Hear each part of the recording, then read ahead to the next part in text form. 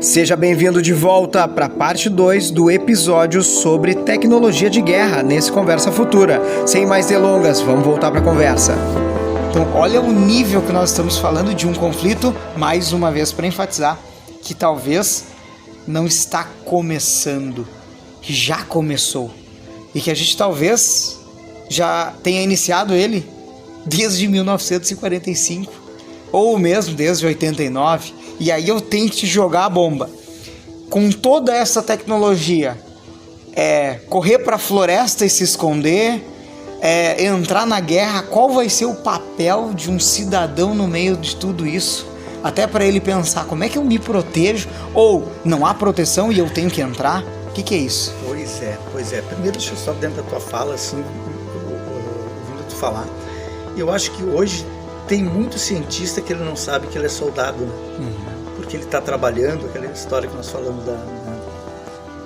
na introdução aqui, de dizer que a tecnologia é criada para a guerra, tá? E às vezes tu está criando uma tecnologia que a capacidade de destruição dela é tão impactante que ele não se dá conta dentro daquilo que ele está fazendo, né? Então acho que hoje, quando a gente fala em guerra, não é só o soldado, não é só o militar, né? É tudo. E para onde correr? Tá? Agora sim, respondendo a tua pergunta. Eu acho que hoje, de forma preventiva, a gente teria que correr para a diplomacia, para a paz, né? Porque onde a diplomacia falha, vai ter a guerra, né? Então acho que isso teria que ser uma mudança cultural, teria que ser alguma coisa assim, porque eu acho que se tiver uma guerra clássica, potência contra potência, e ela escalar o nível nuclear, bom, aí todo mundo vai perder. A gente retorna àquela frase do Einstein, né?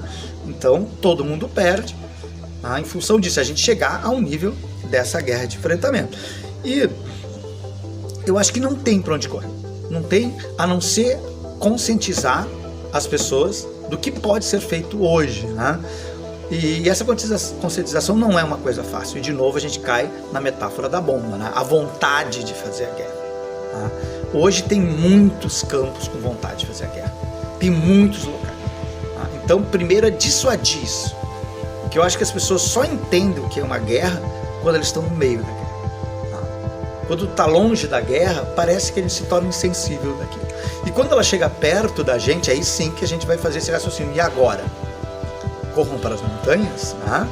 Então acho que seria uma coisa preventiva. Porque quando ela acontecer, não importa da forma que ela vai acontecer, ela vai chegar onde ela quiser chegar. Ela vai atingir onde ela quiser atingir. Né? Então tu imagina, tu usar uma tecnologia que tu consiga tirar toda a eletricidade de uma cidade. Já pensou a gente uma semana sem luz elétrica? Voltamos para as cavernas. Voltamos para a caverna, né? Então aquela história, a simplicidade que foi feita lá, o AK-47, era para isso mesmo, né? Tinha simplicidade mecânica, tinha aquela confiabilidade extrema, né? Na lama, na areia, no frio, no calor. E era uma produção assim que ela fazia com que qualquer pessoa pudesse usar aquela arma, aquela tecnologia. Hoje, essas grandes potências, não existe isso. Hoje, quem tem uma arma, né, de destruição em massa são grandes potências, tá? Então essas pessoas, aquela ideia de tu pegar algo bem simples e funcional, tá? Por quê? Porque era uma arma feita para qualquer uma pessoa usar, né? Então aquela arma ela empoderava o combatente humano. Então eu tô com minha arma, o cara tá empoderado, ele sabe limpar, manipular, sabe fazer tudo.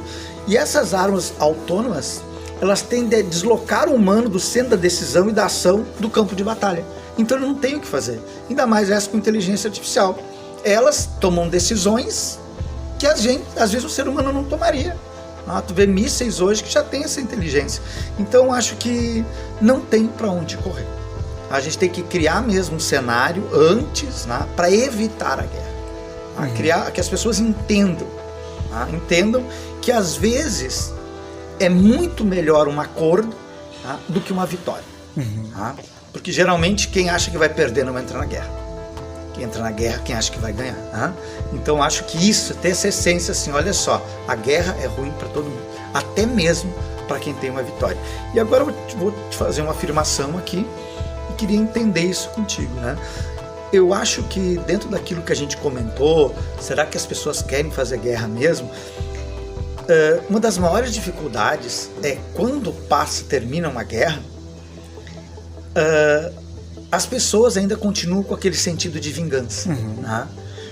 E talvez isso é que faça com que essa guerra esteja sempre aí, né? Aquela nuvem da guerra esteja sempre pairando em algum lugar. Né? Porque quem venceu, quem bateu às vezes esquece, né? Mas quem apanhou nunca esquece. Então, queria ver contigo assim, te devolvendo um pouco da pergunta que tu me fez. Será que isso, entender, discutir mais sobre isso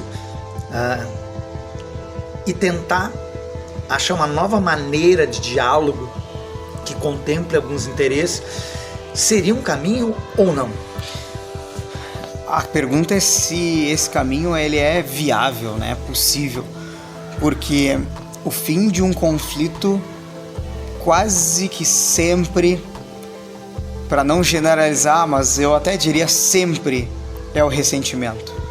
Então, o ressentimento, ele é esse sentimento que vai conseguir empurrar este vencido e mesmo aquele que venceu para que o conflito não acabe de fato. E isso particularmente me preocupa, porque se nós estamos falando de ressentidos por todos os lados, a guerra se torna inevitável. A menos que haja então a maturidade, a hombridade, a honra necessária para seguir em frente, preservando um projeto de país, preservando um projeto de humanidade, um diálogo aberto. Mas nós temos visto que a escalada da guerra, das armas que são apresentadas e apontadas em conferências de um ou de outro lado do mundo, eu tenho um caça agora de uma geração ainda mais moderna, eu tenho um míssil agora ainda mais moderno, agora como em geral, né, os Estados Unidos e China costumam demonstrar isso, mas também o Vladimir Putin, quando trouxe a ideia de que eles tinham desenvolvido a arma do fim do mundo. Então essa escalada me demonstra que sim, é a diplomacia a última, talvez a única forma de nós nos agarrarmos para resolver ou para pacificar isso, mas eu tenho uma metade de mim que tem dificuldade de acreditar que isso seja possível. E o problema é que a conclusão lógica é muito pior, porque nós chegamos em um nível de armamento que, se eu pudesse definir com adjetivos, talvez a Primeira Guerra Mundial tenha sido a guerra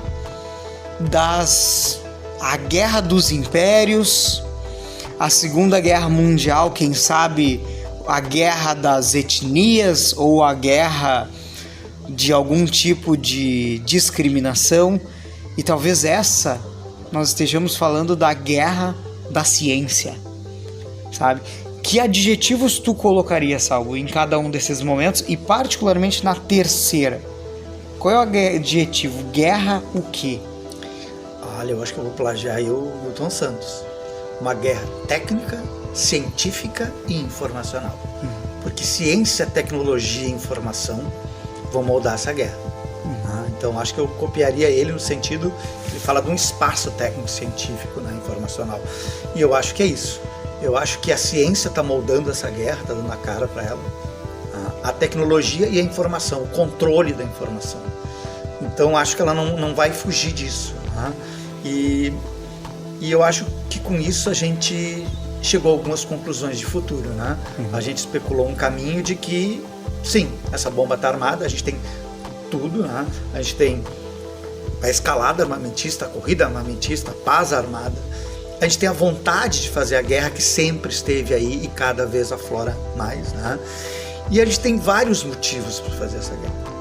Então cada um inventa seu motivo. Se a gente até for olhar e tu vê as guerras hoje na África, ali no norte da África, são guerras religiosas, né? Jihadistas, Estado Islâmico, o Grupo Wagner, né, da Rússia. Então, se tu for observar, nós temos conflitos ainda por religião, a questão de Israel, né, que a base ainda é essa, né, é ter motivos para a guerra, inventar motivos. E muitos deles, né, não são racionais, né, são esses motivos já tivemos temos motivos ideológicos ainda, não tenha dúvida, né? Mas é conquista de território, são questões religiosas, são algumas revanches em alguns lugares, são disputas por recursos naturais, como foi aí a Primeira Guerra Mundial. Então acho que tem algumas coisas que são repetidas, né, que a gente já viu em guerras clássicas, e tem esses novos atores aí, né, que tornam uma complexidade gigante a gente tentar analisar o conflito no planeta. Peraí, então a gente chega a uma das conclusões, que é uma guerra técnico-científico-informacional, que poderíamos dizer que é o auge quase atual da racionalidade, sendo colocada nas mãos da irracionalidade. Perfeito. Meu Deus. E aí a gente olha pelo viés do que está surgindo. Então nós já estamos falando de um campo de batalha que será dificilmente protegido no subsolo, dificilmente protegido na área da informação, da eletricidade, da comunicação, um campo de batalha que só nos resta a diplomacia. Mas eu ainda queria entender, e a história das armas iônicas? Como é que a gente vai utilizar íons em armas, e será que em alguns locais já não foram utilizados? Pois é, né? Este ano aconteceu, não sei se tu te lembra, ali em Portugal, Espanha, que aeroportos, toda a eletricidade do local se foi e tal, né? E ali muito se especulou, e eu falo assim como especulação, né, que já seria um teste dessas armas. Porque essas armas, elas conseguem ionizar aquele local e por exemplo, né, nesse exemplo que eu estou comentando, fazer com que eles não tenham acesso à energia elétrica, né? Então isso é uma forma, né, de tu também fazer guerra. Então, tu vê o seguinte, hoje nós temos assim um leque de opções, mas eu acho que uma próxima guerra seria o combo de todas essas, mas cada um dando o seu melhor, né? Então, por exemplo, quem tem tecnologia para usar essas armas autônomas vai usá-las, né? Quem não tem vai usar o que tem, né? Então acho que a gente vai ter uma diversidade. Eu acho que talvez uma palavra que também case com a Terceira Guerra Mundial é isso, uma diversidade de armas, e acho também que ela vai ser uma guerra total. Eu acho que ninguém vai conseguir fugir dela, principalmente se ela escalar na questão nuclear, né? Mas também na questão de influência, de posicionamento, né? Eu acho que também será uma mudança irreversível. Imagina uma arma iônica que consegue abalar o campo elétrico de uma grande localidade em um nível de guerra total. Um nível de guerra em que os atores estão dispostos a levar ao último nível de destruição, talvez nuclear. E eu acho que esse vai ter que ser o nosso ponto nevrálgico dessa conversa, que é: então, as armas nucleares, as armas atômicas seguirão sendo o ponto central. Na primeira arma atômica sendo detonada, entramos em uma guerra total. Olha, mais ou menos, tá? O que eu penso? Por exemplo, assim, tá, eu acho que a guerra invisível ela vai vir antes, porque ela já é uma afronta, né? E ela se diz invisível porque às vezes tu não sabe quem está atacando e tal, e às vezes não pode nem acusar. Então, uma guerra, por exemplo, quando a gente falou de íons, né? É invisível, são reações químicas ou em campo eletromagnéticos, né? Então é um conflito invisível, uma interferência silenciosa, né? Sem tanques, sem soldados. Eu acho que sim, mas eu penso seriamente que se de repente alguém usar uma bomba atômica, tá? Depende de quem. Depende de quem, depende aonde. Por quê? Então acho que essa guerra invisível vem primeiro, tá? E talvez essa guerra invisível conduza a uma guerra atômica, mas eu acredito que se alguns países usarem uma bomba atômica em algum lugar, vou dar um exemplo, né? Pegar uma grande potência, pode ser Estados Unidos, pode ser Rússia, né? Jogarem uma bomba atômica em algum lugar que não faça tanto significado dentro da geopolítica, não tem um peso gigante assim, ia ficar só no discurso. Eu acho que um outro país não iria retalhar, tomar as dores daquele país, né? E jogar o seu país em guerra para defender um interesse que não é totalmente seu. Tá? Então não sei mesmo se alguém usasse. Tá? Agora, se fosse um ataque entre superpotências, aí não teria dúvida. Tá? Então se essas grandes potências, vou usar aqui como exemplo Estados Unidos e Rússia, né, que tem os maiores arsenais aí nucleares, acho que se um disparar, o outro vai disparar, e aí sim, né? Aí a gente tem uma destruição da humanidade. Porque aí entra também naquela ideia antiga de destruição mútua assegurada. Né? Então, assim, duas grandes potências nesse nível, elas teriam a capacidade de destruírem-se totalmente uma e a outra, e tudo mais o resto. Tá, então tu concorda que os dois terem armas já é um motivo de dissuasão, né? Eu não vou atingir esse nem esse. Mas eu também acho que dissuasão se aquele atacou outro que não tá muito, mesmo que seja meu aliado, não tá dentro de um escopo estratégico do meu país, eu não vou. Tá? Eu não vou para essa guerra. Então acho que teria que ser um confronto direto, porque eu acho que ainda, de alguns contextos, usarem uma arma nuclear, e dependendo da arma, né? Eu acho que ainda não seria o gatilho para uma guerra. Eu tendo a discordar no sentido de que a gente ainda tem esse elemento da vontade da guerra muito presente, que me parece que por mais que uma superpotência esperaria para uma entrada de fato, acredito que o uso por meio, por exemplo, pegando um caso atual, né, que é a guerra da Rússia e da Ucrânia, acredito que um ataque, seja onde for, dentro do território ucraniano, já seria o argumento político-social necessário para que outras potências menores entrassem de fato na guerra. E, inevitavelmente, até quase que imitando a Segunda Guerra Mundial, em que os Estados Unidos entrou bem depois, arrastariam as outras potências que, quem sabe, nem estariam tão dispostas a entrar em um primeiro momento. Então eu até acredito que o viés seja ela uma arma atômica de destruição gigantesca, né? Então de bombas de grande nível, ou mesmo aquelas armas chamadas táticas, que são carregadas com ogivas atômicas, mas em um uso mais restrito. Acredito que indiferente de qual seria utilizada, na medida em que essa é utilizada, a linha vermelha é ultrapassada e nós estamos oficialmente em uma guerra total e planetária. Então eu acabo tendendo a um lado mais, digamos assim, um pouco mais triste até, um pouco mais desesperado em relação a este novo fato. Pois é, mas deixa eu te fazer um questionamento. Quantas linhas vermelhas já foram cruzadas? E agora? Porque, não pode cruzar essa linha vermelha. Dependendo de quem cruza, vai cruzar de novo, né? Porque contra a força não há argumentos. Então, quando a gente olha as potências, a gente for olhar, é complicado, né, tu fazer essa análise, mas tem potências que elas criam as regras, criam as normas, né? Mas se elas achar que elas precisam, por motivos seus estratégicos, romper, cruzar aquela linha vermelha que elas mesmas criaram, né? Ou usam de ferramentas para que não pareça, né, que seja isso. Olha, eu quero justificar, eu tenho que ganhar algo que hoje existe muito forte, que é a opinião pública mundial, né? Coisa que tu não tinha, por exemplo, lá na Primeira Guerra Mundial, tu não tinha uma opinião pública mundial.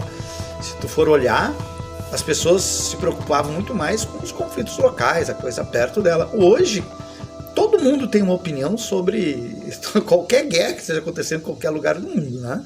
Então hoje, de novo, a gente entra naquela ideia que uma guerra nunca é só uma guerra, né? Que ela é uma guerra de narrativas também. Então, às vezes, eu acho que essas potências, elas primeiro criam uma narrativa, né? E tentam passar essa narrativa, vender essa narrativa, e chega um momento que, com narrativa ou sem narrativa, elas vão lá e cruzam essa linha vermelha. Então eu não sei se...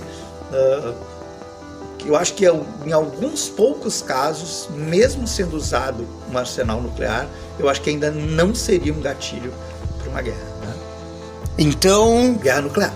A nossa conclusão é que, se o campo de batalha ele já está montado e funcionando, não há fuga embaixo da terra, não há fuga para as montanhas. Nós temos armas que adentram o solo, nós temos armas de velocidade supersônica, nós temos tecnologias emergentes de interferência em campo eletromagnético, nós temos tecnologias emergentes de uso de vibrações sônicas para confundir, para causar mal-estar.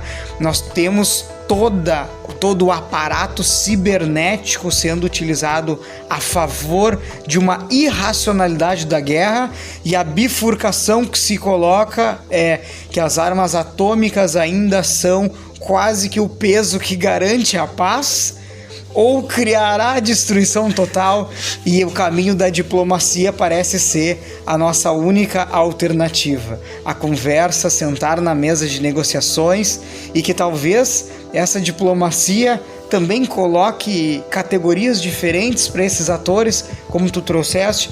Se uma arma de grande magnitude é utilizado num país X, talvez ele não leve a um conflito de magnitude tão grande, ou talvez leve. Então nós estamos em um ambiente de muitas dúvidas, mas ao mesmo tempo de algumas certezas. Uma guerra de uma proporção nunca antes vista, técnico, científico e informacional. Exatamente. Acho que hoje, nessa primeira, na nossa primeira discussão, a gente já avançou em algumas coisas, né? A gente já pegou aquela nossa ideia de olhar para o futuro, tá? Já pensando, né? Claro, usando o passado histórico, mas principalmente o contexto de hoje, o que está acontecendo hoje. Eu acho que a gente já avançou, a gente já criou, pelo menos na nossa cabeça, e espero que também de quem esteja nos ouvindo, né? O que seria uma terceira guerra mundial. Acho que nós já avançamos no processo. Aí fica também aquela dúvida, né? Muito se fala sobre as terras raras. Será que esta guerra é uma guerra em terra, em mar, no ar, nas redes, no espaço? Que guerra é essa? Mas guerra, terras raras, ar, cibernético, atômico, tudo isso vai ficar para uma conversa futura. Então, muito obrigado para tu que nos acompanhou até aqui, e no nosso próximo episódio vamos discutir campos de batalha, terra, ar, mar, espaço. Onde será este conflito? Que guerra é essa? Seja bem-vindo mais uma vez ao Conversa Futura, o programa contraindicado para ansiosos. Um abraço! Um abraço, até a próxima!